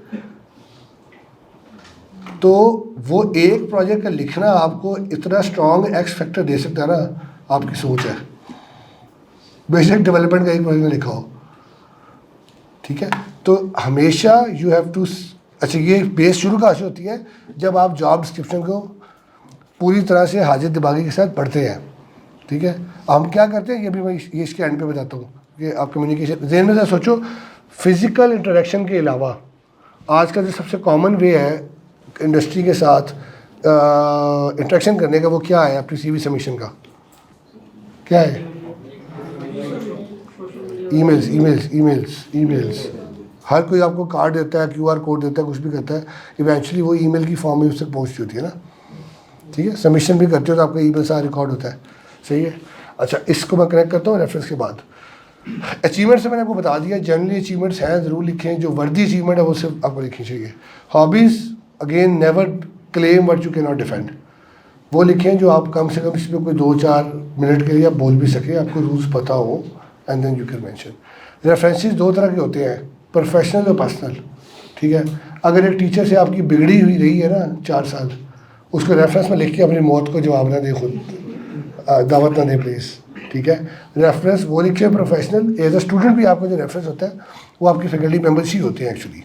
एज अ स्टूडेंट एक्सपीरियंस हो जाता है तो फिर तो चलो इंडस्ट्री के लोग आए थे ना। दूसरा आपके पर्सनल रेफरेंसेस होते हैं, आप कोई भी कज़न जो इंडस्ट्री में है, कोई दोस्त ऐसा जो सीनियर है पर्सनल में, आप उनमें से कोई भी रेफरेंस दे सकते हैं, just as a background check और फॉलोअप। अच्छा ये मैंने लास्ट में लिखी हुई है, should be checked, draft, redrafted and then check again. तो ये आपने जेब में रखना है, ठीक है, क्योंकि spelling mistake is the worst form of hit you can actually have. अब मैं ईमेल पे आता हूँ। हम लोग, मैंने एक दफ़ा CEO को मेल भेजी एक अप्रूवल के लिए। अब एक बंदा जो 15 डिफरेंट मुल्कों में अपने सेटअप रन कर रहा है, ठीक है, उसके सारा वे ऑफ कम्युनिकेशन वो पाकिस्तान में साल 2 साल के बाद ही एक महीने के लिए आता था CEO, ठीक है। हमारी सारी जो कम्युनिकेशन है वो किससे हो रही है, ईमेल से, ठीक है। आज भी अगर आप, स्मार्टफोन है ना सबके पास, आपको अगर ईमेल रिसीव होती है तो आपको कितनी इन्फॉर्मेशन, सबसे पहली लुक में कितनी इन्फॉर्मेशन आपको डिस्प्ले होती है, सब्जेक्ट। कितने वर्ड नज़र आ रहे होते हैं सब्जेक्ट में, 3, 4, 5। अगर किसी के पास वो नोट 1 है तो शायद ज़्यादा आ जाएंगे, अदरवाइज 3-4 वर्ड आते हैं। ये 3-4 वर्ड डिसाइड कराते हैं कि हमने आपकी ईमेल ओपन करनी है या नहीं करनी है।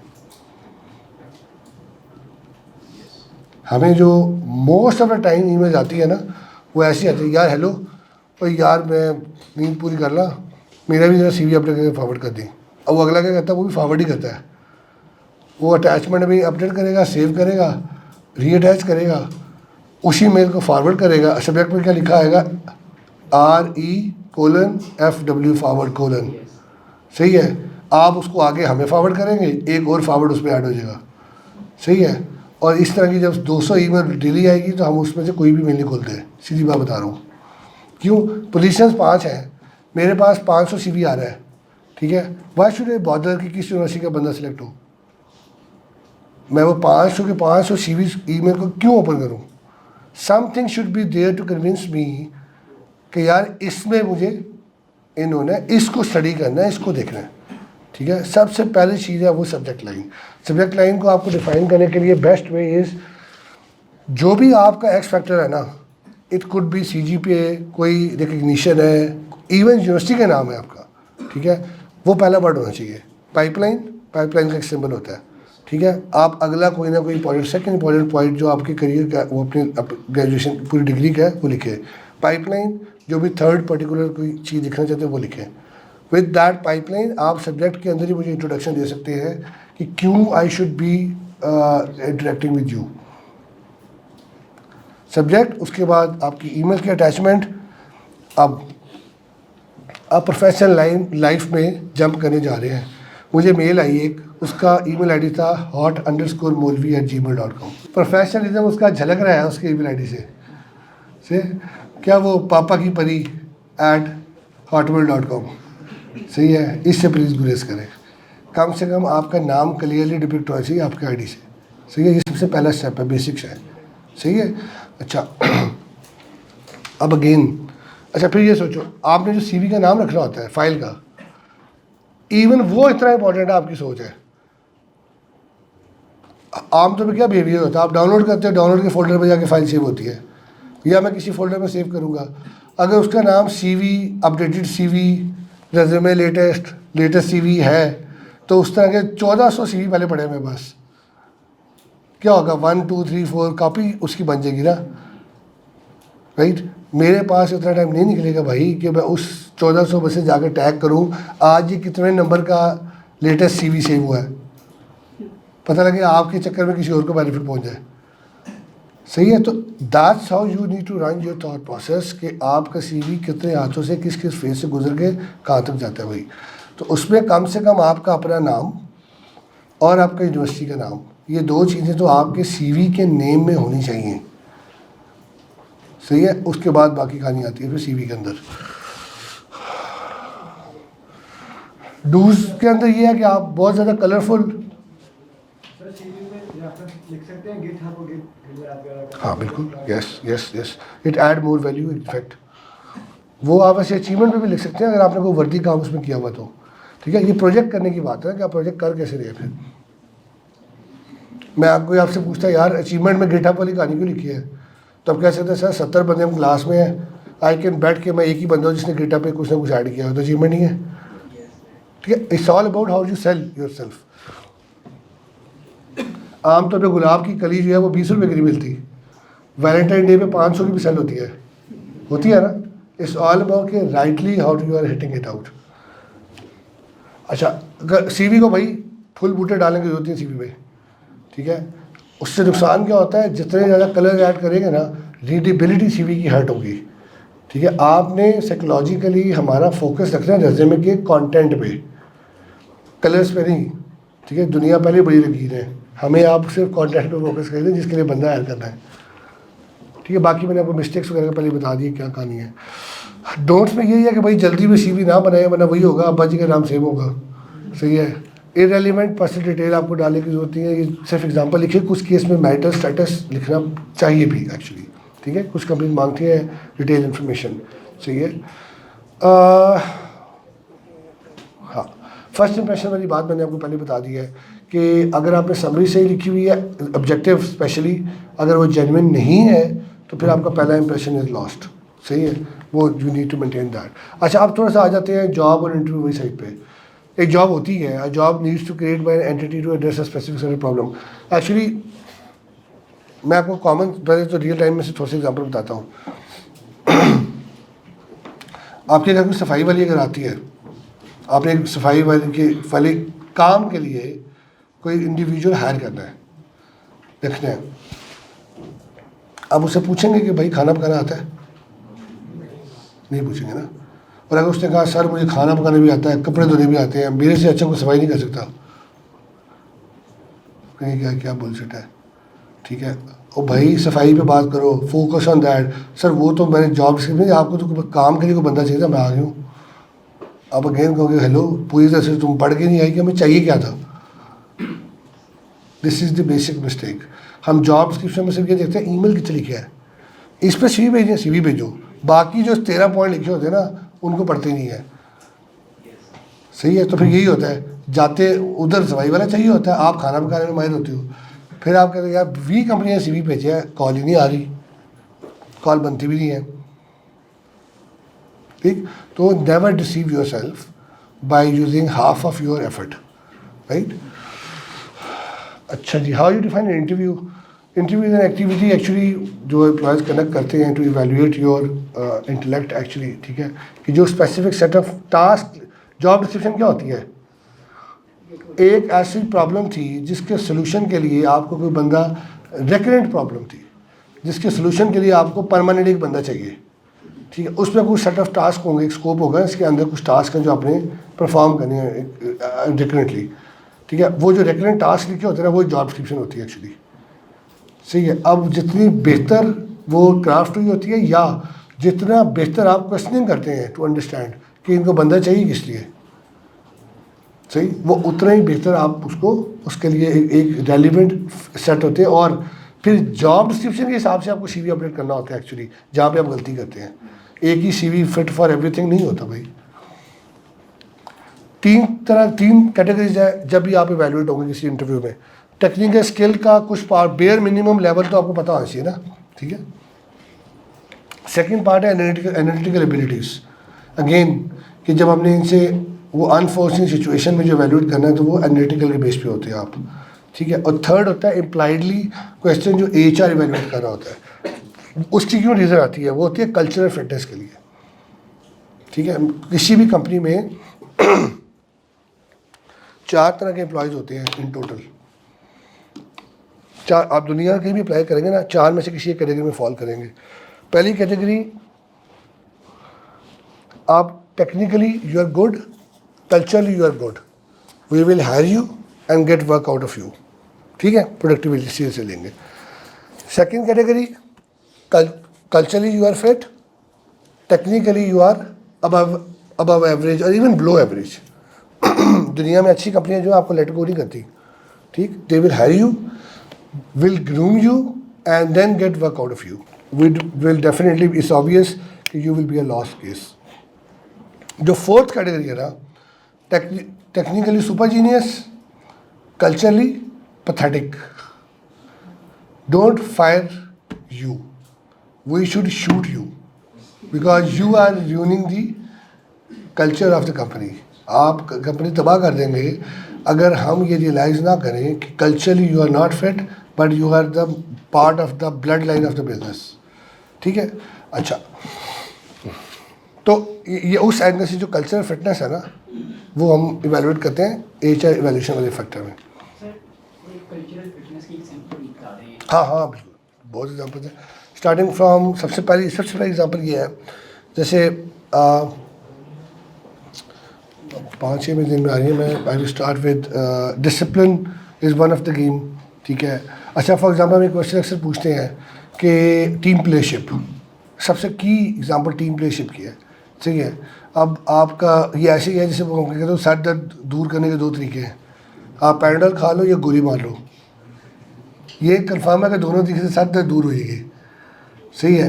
तो अल्लाह ना करे अगर आपके अब देखो मैनेजमेंट में नेचर कैसे होती है, आपके बहन भाइयों में से अगर कोई इंटेलेक्चुअली कम है आपसे या even he is not normal, ठीक है, क्या होता है आप उसको अल्लाह ना करे मार तो नहीं देते, till the end of life हम उसे साथ लेके चलते हैं, आप उसे ग्रूम करने की कोशिश करते हैं, सपोर्ट करने की कोशिश करते हैं, ठीक है, ऐसे होता है ना, राइट। एज लॉन्ग एज कि वो दरमियान में किसी का कत्ल करके घर ना आ जाए, जब तक वो कल्चरली फिट है you keep supporting, keep taking him along with in the race of life.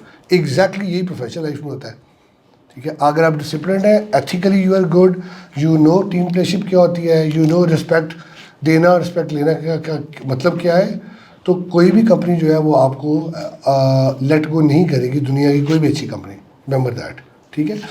तो ये चीज़ बड़ा मैटर करती है लाइफ में, स्पेशली अगेन जब मैं कहता हूँ ना कि आप एज अ प्रोडक्ट अपनी वैल्यू बिल्ड करते हैं, ठीक है, और उस प्रोडक्ट में the most important part is culture fitness, it is not the technical ability, remember that.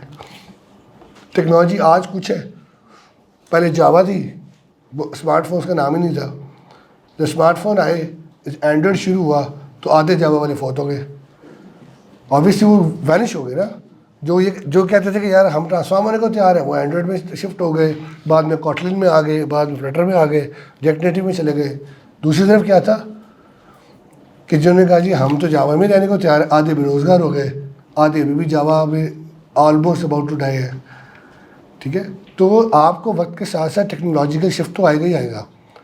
Cultural fitness is what जो आपको कंपनीज मोस्टली सिखा नहीं सकती हैं, वो आपकी गुट्टी में है भाई, वो आपको डाले, वो पॉलिश होता है एक्चुअली। ठीक है, एक और आपको लाइफ लॉन्ग लेसन दूँ। हम अक्सर सोचते क्या वी ऑल नो कि माँ की जो गोद है वो पहली दरगाह है, सुना हुआ है ना। आई ऑलवेज कीप थिंकिंग कि ऐसा क्यों करते हैं। सीखना तो हमने स्कूल में शुरू किया, इंग्लिश तो मुझे टीचर ने सिखाई थी, अम्मा ने सिखाई नहीं थी, तो फिर दरगाह कैसे हुई, या वो सही दरगाह नहीं है। That's how we keep thinking. वक्त के साथ साथ लाइफ में ये चीज़ समझ आई, and when I study actually psychology on research side,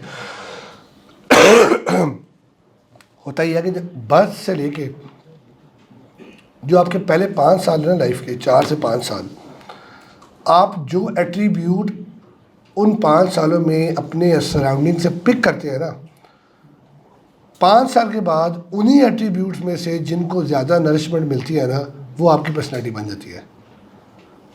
right, इसकी सिंपल अगर मैं आपको मीनिंग दूँ ना इस पर्टिकुलर कॉन्सेप्ट को, तो एक देहाती जो है ना वो लंदन जाता है, ठीक है, 5-7 साल के बाद जब वापस आता है ना, तो उसके लंगोटियाँ पूछते हैं यार तू तो सब तो वक्री शाह की वेखी थी। कहता है यार मनु ना 4 साल लगे इंग्लिश सीखने, तो उत्थे बच्चा इंग्लिश बोलता सी। ठीक है, अब वो बच्चा इंग्लिश क्यों बोल रहा था, क्योंकि उन्होंने अपने 5 सालों में सराउंडिंग से सीखी ही इंग्लिश थी। That's what they grasp. ठीक है, तो नेचुरली दैट इज बिल्डेड। वो बेचारा गया था 30 साल के बाद, ठीक है, तो उसको तो एफर्ट पुट करनी चाहिए, तो वो उस फैक्टर को नरिश करने के लिए जो लर्निंग का था। ठीक है, तो दैट्स हाउ साइकोलॉजी वर्क। मजे की बात की है जो आपने भी कल को याद रखनी है, इन्हीं 5 साल में हमें बिगाड़ा जाता है। ओ पुत्र तू नींद पूरी कर दो, सोन दो, कोई जरूरत सवेरे जगान दी। ठीक है, सारी उम्र इन्हें मेहनत ही करनी है ना, होनी आराम करे, वो सारी उम्र भी आराम ही करता फिर, समझ आई, क्योंकि हम उसे खुद ये सिखा रहे हैं भाई डोंट गो ऑन टूल्स। ठीक है, लिवरेज में रहे भाई, कोई स्केड्यूल फॉलो करने की जरूरत नहीं है।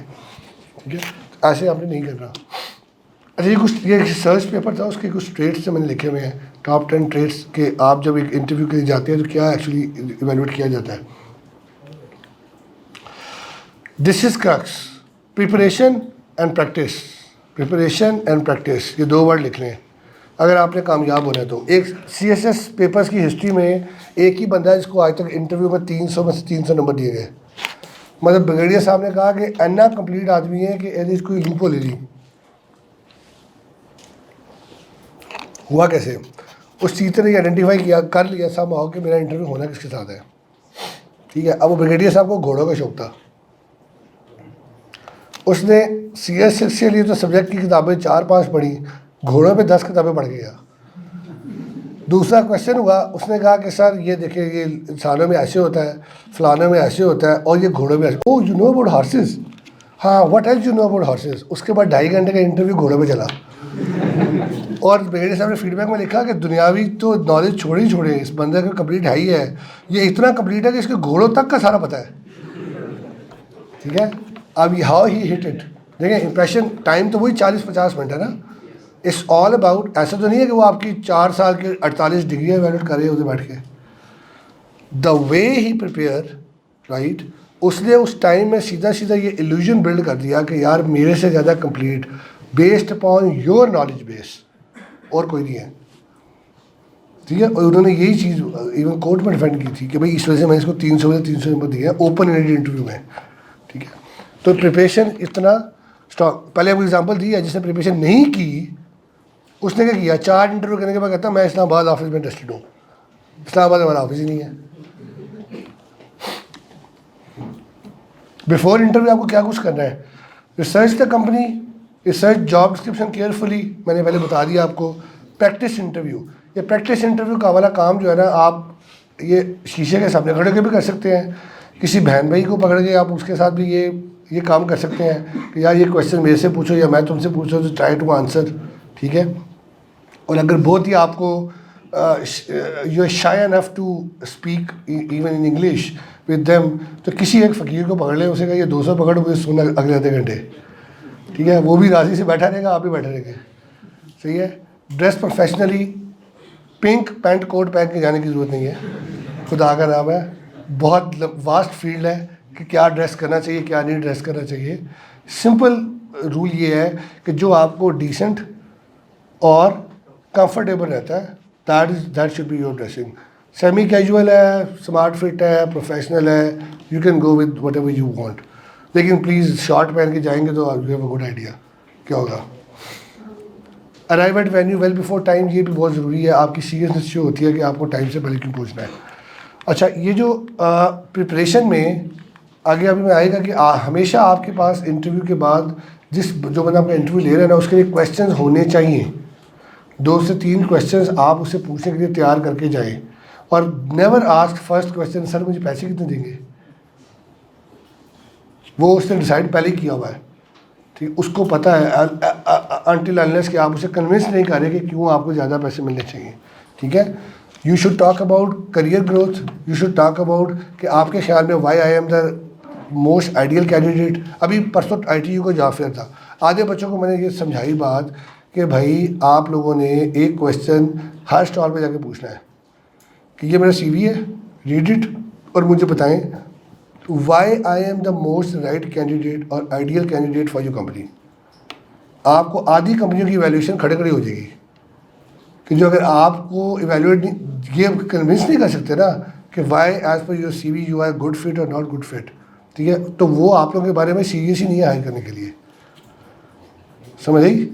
दैट इज़ हाउ यू, देखो आपने माशाल्लाह इतना जो पोटेंशियली एक डिग्री गुजारी है ना, आप लोगों के पास बहुत स्ट्रॉन्ग पावर है। प्रॉब्लम ये है कि you undermine your on self. इसको पूरे कॉन्फिडेंस, यूनिवर्सिटी ने कॉन्फिडेंस नहीं देना होता, आपने यूनिवर्सिटी को ब्रांड बिल्डिंग करनी है भाई। कंपटीशन में जाके आप ब्लैक लिस्ट हो जाएं या आप नंबर 1 आ जाएं, ये यूनिवर्सिटी के हाथ में तो नहीं है ना, ये आपके हाथ में है। During interview first impression is, मैं बता दिया, आई कांटेक्ट बहुत इंपॉर्टेंट है। बॉडी लैंग्वेज, अगर आप कुर्सी में बैठते ही लेट जाएंगे तो आप फारिग हो गए हैं इंटरव्यू में ही, मैं आपको बता दूं। Be very confident and be very attentive. और उसका बेहतरीन तरीका यह है कि your back should be properly touching the back of seat. सबसे सिंपल इसका लिटमस टेस्ट है। Speak clearly, attention to detail, be a good listener. Attention to detail और बी अ गुड लिसनर। आप में से किसी एक से मैं सवाल पूछता हूँ और फिर स्लाइड में आगे कर दूँगा। किससे पूछें? आपसे पूछते हैं। हाँ, इसमें काफ़ी सारी चीज़ें आती हैं ना, अभी मैं बता दूँगा। Attention to detail one of core factor. अगर आप एक कार रेस का पार्ट है, फार्मूला 1, ठीक है, आपने एक कार को ओवरटेक किया है जो कार सेकंड पोजीशन पे थी, ठीक है, what will be your position now? क्या पोजीशन होगी इसकी?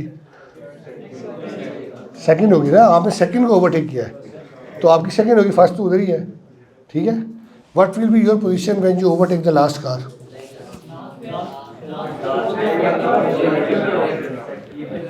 Second last.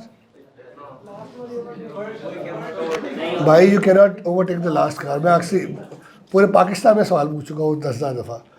You can not overtake the last car. अच्छा, have positive attitude. Positive attitude का मतलब ये है कि अगर आपने कहीं ना करनी है ना, लाइक वही वो चक्कर है, आधा गिलास भरा हुआ है, आधा गिलास खाली है, तो you always have to talk about कि यार जो आधा गिलास भरा हुआ है, टॉक अबाउट दैट, सही है। अच्छा, नो योर रेज़्यूमे। अगेन अगर तो दोस्त ने बना के भेजा तो फिर आपको अब्बा जी का नाम भी नहीं पता होगा उस पर, ठीक है, तो you should at least read your CV once, ठीक। Look for something in common. ये वो बात है जो मैंने आपको नेस्ले वाली एग्जांपल दी है। इवन प्रोजेक्ट डायरेक्टली रेलिवेंट नहीं भी है ना, अगर उनसे रिलेटेड कुछ आपके पास है, do mention on the CV। इसीलिए एक CV is not good fit for everybody. After interview back in touch, आप ज़रूर फॉलोअप करें, इसे कहते हैं फॉलोअप तो करें। You have to thank that interviewer once interview is done and then don't give up. अगर आप नहीं सिलेक्ट हो रहे तो भाई आपने अभी 20, 30, 40 में अप्लाई किया, 17,000 सॉफ्टवेयर हाउसेज हैं, ठीक है। Try to see it out कि हमारा गैप किधर है, ठीक है, and then accordingly you have to next time be more improved version of yourself in the next interview. Type of interviews, sorry आप कोई क्वेश्चन पूछना चाहते हो? जी, लेट्स से इंटरव्यूअर ने सर इंग्लिश में सवाल किया है, हाँ, और आप थोड़ा सा इंग्लिश में तो आप उर्दू में दे सकते हो जवाब। दो चीज़ें देखिए, उसका सबसे पहला चैलेंज क्या होगा, आप शायद वो क्वेश्चन को पूरा समझ नहीं पाएंगे फर्स्ट गो में। आप 10 दफ़ा पूछें कि please repeat the question, I am not getting it, can you please revise it, can you even give me in writing कि मैं आपका एक्शन नहीं समझ पा रहा। आप 10 दफ़ा पूछें, as an interviewer we will encourage that. क्यों? जवाब आपने एक दफ़ा देना है, ठीक है? आपकी अंडरस्टैंडिंग बिल्ड होती है, मेक इट मोर क्लियर, हम we appreciate that part actually, ठीक है? ऑन अदर साइड, अगर आप पहला केस तो ये है आइडियल, क्वेश्चन उर्दू में हुआ, आपने उर्दू में आंसर करना है, कोई शोखा बनने की जरूरत नहीं है, मुझे अच्छी इंग्लिश आती है जी, मैं तो इंग्लिश में बोलूँगा, ठीक है? पंजाबी में क्वेश्चन पूछना, पंजाबी में आंसर करें, अगर पंजाबी अच्छी आती है तो। इंग्लिश में पूछें, इंग्लिश में आंसर करें, that's the ideal case. Sometimes हम जानबूझ के इवेल्युएट करने के लिए कि आपको ये पर्सपेक्टिव भी पता है कि नहीं पता, हम जानबूझ के लैंग्वेज स्विच करते हैं during the interview. On other side, अगर आप कंफर्टेबल नहीं है, सिंपली रिक्वेस्ट कर ले कि सर आई विल बी कि I can better answer in that particular language, rather सही कि मुझे आती नहीं, ठीक है? क्यों? Don't talk negative part, go with the positive aspect ना। मुझे कोई इवेंट में कहता है यार इस इवेंट में आ जाए, तो मैंने ना कर दिया, तो मैं कभी ये नहीं कहता मैं आज के इवेंट में नहीं आ रहा। आई विल बी सेइंग कि मुझे 2025 के इवेंट में ज़्यादा खुशी होगी आगे। थैंक यू वेरी मच, ठीक है? रोल प्ले, ये डिफरेंट कैटेगरीज हैं जिनमें आपसे क्वेश्चन, किसी भी टाइप का क्वेश्चन पूछा जा सकता है। ये कुछ मैंने जनरल क्वेश्चन लिखे हुए हैं इस लास्ट स्लाइड एक्चुअली, तो you can just go through. कोई और क्वेश्चन है तो पूछ लो, नहीं तो वी आर डन। हाँ देखिए, आप ये फॉर श्योर हमेशा होगा कि आप वो आपसे पूछेंगे कि do you have any question for us, ठीक है? अच्छा, अगर वो कहते हैं जी thank you very much we are done, तो खुद से कहें कि sir I have couple of questions, अगर आप मुझे उनको उनके ऊपर क्लैरिटी दे दें तो। सबसे पहले आप पूछें why you are a right fit उनके ख्याल में, या इस जॉब के लिए जो राइट फिट है आप उसे कैसे डिफाइन करते हैं। सेकंड, पूछें कि इफ़ आई गेट हायर्ड तो टॉप 3 प्रायोरिटीज़ कौन सी होंगी वो उन टास्क की जो आप मुझे देंगे। इससे आपको क्लियर हो जाएगा कि एक्चुअली ये कंपनी देख क्या रही थी और मैंने इंटरव्यू में क्या हरकत किया है, ठीक है? थर्ड, करियर ग्रोथ प्लान, अगर मैं आपको ज्वाइन करता हूँ तो अगले 2 साल में 5 साल में मेरे लिए क्या ग्रोथ प्लान होगा।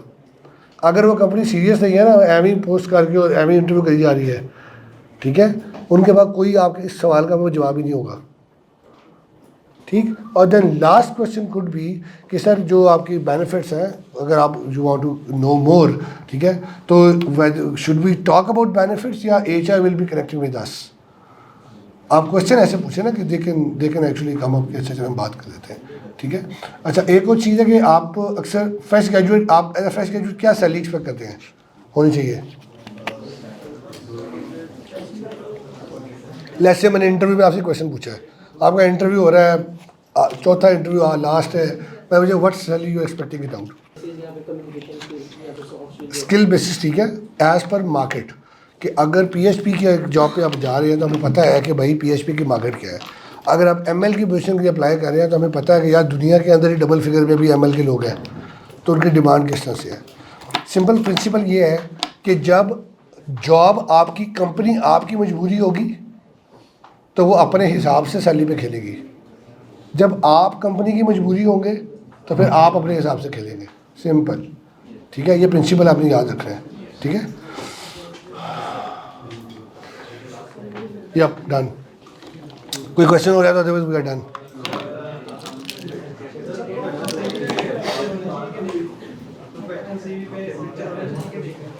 यार कुछ आजकल most of the cases they wanted की पिक्चर हो, ठीक है, तो कोई हर्ज नहीं है लगाने में पिक्चर, पर साइड पोज लगाने की जरूरत नहीं है, ठीक है?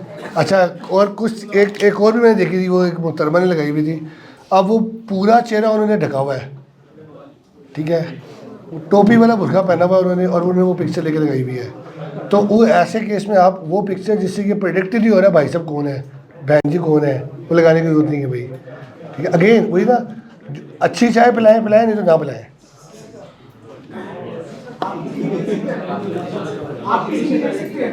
लिंक्डइन पब्लिक है, दैट इज माई रिसीवी, और कुछ? सर स्टार्टिंग में प्रेसिडेंशियल अवार्ड कैंसिल था, वो आपको क्यों मिला? गुड, एक्सीलेंट यार। I am a founder of a tech HR platform, HR knowledge cafe के नाम से, ठीक है। Search it out. Industrial academia gap जो है ना, ये एक प्रॉब्लम था जो मैंने 10-11 साल एक्सपीरियंस किया।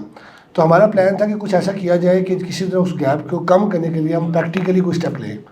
तो जब दो की प्लेयर हैं, एक इंडस्ट्री और एक एकेडमिया है, ठीक है। जब हमने इंडस्ट्री के साथ इंटरेक्शन करना शुरू की ना, तो पता लगा आज तक इंडस्ट्री आपस में इकट्ठी नहीं बैठी, तो एकेडमिया के साथ कैसे मसला हल होगा, ठीक है। What I started is then कि HR फोकल पर्सन होते हैं, let's start bringing them on one platform. कहीं ना कहीं हम मिल के बैठें, एक्सचेंज ऑफ नॉलेज करें, बातचीत करें, उन टॉपिक्स पे बात करें जो आजकल हमें चैलेंजेस आ रहे हैं, ठीक है। लर्निंग के एंगल से हम किसी तरह से एक दूसरे से इंटरेक्ट करें। तो करते करते वो स्टार्टेड विद 3 पीपल 7 साल 8 साल पहले, और इस टाइम पे 1400 के करीब सिर्फ लाहौर के अंदर जो टेक कंपनीज के HRs हैं, they are connected through my that platform with each other, ठीक है। हमारा जो लास्ट इवेंट था, एनुअल इवेंट, उसमें 512 कंपनीज के HRs were under one roof to have an interaction in multiple different perspective, ठीक है। तो अभी प्रेसिडेंशियल जो अवार्ड थे, एक प्लेटफॉर्म है बिजनेट के नाम से, उनका थीम था डिजिटल ट्रांसफॉर्मेशन के थ्रू हमने इन्फ्लुएंस किया हो यूथ को, ठीक है। तो क्योंकि ये इस तरह फिजिकली एग्जिस्टिंग प्लेटफॉर्म, तो digitally we builded a particular platform जिसके थ्रू हमने HRs को ग्रूम करके कैपेसिटी बिल्डिंग में कंट्रीब्यूट किया था फॉर द, जैसे मैं आपसे बात कर रहा हूँ, इस तरह से we have participated in so many different places in the same capacity. तो इस अचीवमेंट के लिए कि पाकिस्तान का जो लार्जेस्ट टेक HRs का प्लेटफॉर्म है, I am founder of that, तो इसके अगेंस्ट मुझे मिला था। सर एक क्वेश्चन ये है कि सर एक ना जैसा फर्स्ट कोई एक लाइफ फेस है कि सर मेडिकल पे ना 1 लाख है, तो सर जो मेरा ना ये होगा कि यार मेरी जो ज़रूरतें हैं वो बहुत मुश्किल से पूरी हो रही है, तो मैं सोचता हूँ यार काश कि अगर मेरी जो पे है वो 1.5 लाख होती है तो मैं तो अच्छे तरीके से, ठीक है। सर वो मैं कोशिश करता हूँ, कंपनी स्विच करता हूँ, एक तरीके से मैं 1.5 लाख कर लेता हूँ, तो सर फिर भी ना वो जो मेरी रिस्पॉन्सिबिलिटीज होती है वो बढ़ जाती हैं, तो फिर जो मेरी पे है ना वो उसी लेवल पे आ जाती है। तो सोचता हूँ यार काश की 2 लाख होती है, तो I am done already. Sir वो मेरी जो ज़रूरियात है वो बढ़ जाती हैं। तो सर यही भी एक लाइफ रेस है, तो सर इससे क्या हम इस अंदर है कि भाई निकल सकते हैं? हाँ, वो देखो एफर्ट की बात है ना, आप भी सिग्नेचर करते हो, उस ओबामा भी सिग्नेचर करता है, ठीक है। उसके सिग्नेचर पे एटम बम चल जाता है, आपके सिग्नेचर पे क्या होता है? वैल्यू ऑफ जो टाइम, आपने वो वैल्यू बढ़ानी है। एक जगह पे आपको घंटे के $50 मिल रहे हैं, ट्राई टू सीट आउट कि ऐसा कौन सा काम है जिसमें मैं 1 घंटे के $200 ले सकूँ, 1 घंटे के $300 ले सकूँ। क्या कोई ऐसी एक्टिविटी है? वैल्यू एडिशन किस तरह से कर सकते हैं, ठीक है। जैसे वो सॉफ्टवेयर इंजीनियर जो टेलको के डोमेन के हैं, सॉफ्टवेयर इंजीनियरिंग में भी ना डेवलपर जो है टेलको और एम्बेडेड की डोमेन में जो प्रोटोकॉल राइटिंग में लोग हैं, they are most highly paid in the world, right. तो क्योंकि most impact of that particular platform is in a different huge side, ठीक है। ये वैल्यू एडिशन का एक टॉपिक था, टाइम थोड़ा सा हम निकल गए, ये सर लास्ट में बस पॉइंट ऐड कर दूँ इनके लिए। आपकी CV पे जो एक चीज़ हम इवैल्यूएट करते हैं ना, वो वैल्यू है, और whatever the project you are managing. आपने एक मैनेजमेंट सिस्टम बनाया, आपने FIP, ठीक, 10,000 लाइन ऑफ कोड लिख दिया, 1 साल के अंदर आपने काम किया। लेट्स से पंजाब यूनिवर्सिटी के अंदर 70,000 एम्प्लॉय पूल है, लेट्स से सारे candidates, students, faculty, even guards तक को मिला के, ठीक है, 70,000 लोग उसको यूज़ कर रहे हैं। It's a big chunk. On other side आपने 4 लाइनों का कोड लिखा फॉर व्हाट्सएप। कितने लोग व्हाट्सएप यूज़ कर रहे हैं globally? Billion of people are using that, ठीक है। इम्पैक्ट समझ आया? This is the value we look for on a CV। आपकी जो एफर्ट है उसकी वैल्यू, उसका इम्पैक्ट कितना बड़ा है, सही है। ऑटोमेटिकली आपके पैसे बढ़ जाते हैं, वैल्यू बढ़ती है तो पैसे बढ़ जाते हैं।